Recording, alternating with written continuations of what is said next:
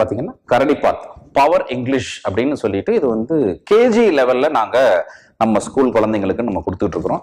இது மெயினா வந்து activity based learning, listening, speaking, reading தான் அகைன் இதுவும் வந்து எம்பசைஸ் பண்ண போகுது. ஆக்டிவிட்டி பேஸ்ட் லேர்னிங் அப்படின்னா என்னவா இருக்கும்னா, இப்போ அந்த குழந்தைங்களுக்கு ஒரு ஆக்ஷன் வேர்ட்ஸ் நம்ம சொல்லுவோம். எப்படின்னா run, hop, jump, turn right, take 2 step forward, turn left, இந்த மாதிரி சின்ன சின்ன சின்ன சின்ன சிம்பிளா இருக்கக்கூடிய சிட், ஸ்டாண்ட், இது எல்லாத்தையுமே நம்ம கேஜி லெவல்ல அந்த குழந்தைங்களுக்கு வந்து நம்ம இந்த இங்கிலீஷ் வேர்ட்ஸா ஆக்ஷன் வேர்ட்ஸை சொல்லி நாங்க பண்ண மாட்டோம். இப்போ வந்து ஸ்ட்ரெச் யுவர் ஹேண்ட்ஸ் அப்படின்னு நம்ம சொல்ல மாட்டோம். we will do only the action.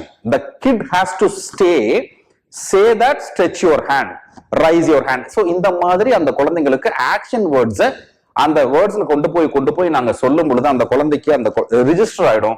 So Lateran வரும் பொழுது அந்த குழந்தை சின்ன சின்ன இங்கிலீஷ் வேர்ட்ஸை பிளெண்ட் பண்ணி அந்த குழந்தை கலோக்கியெல்லாம் வந்து இங்கிலீஷை நல்லா பேசக்கூடிய ஒரு பியூட்டிஃபுல்லான ப்ரோக்ராம்.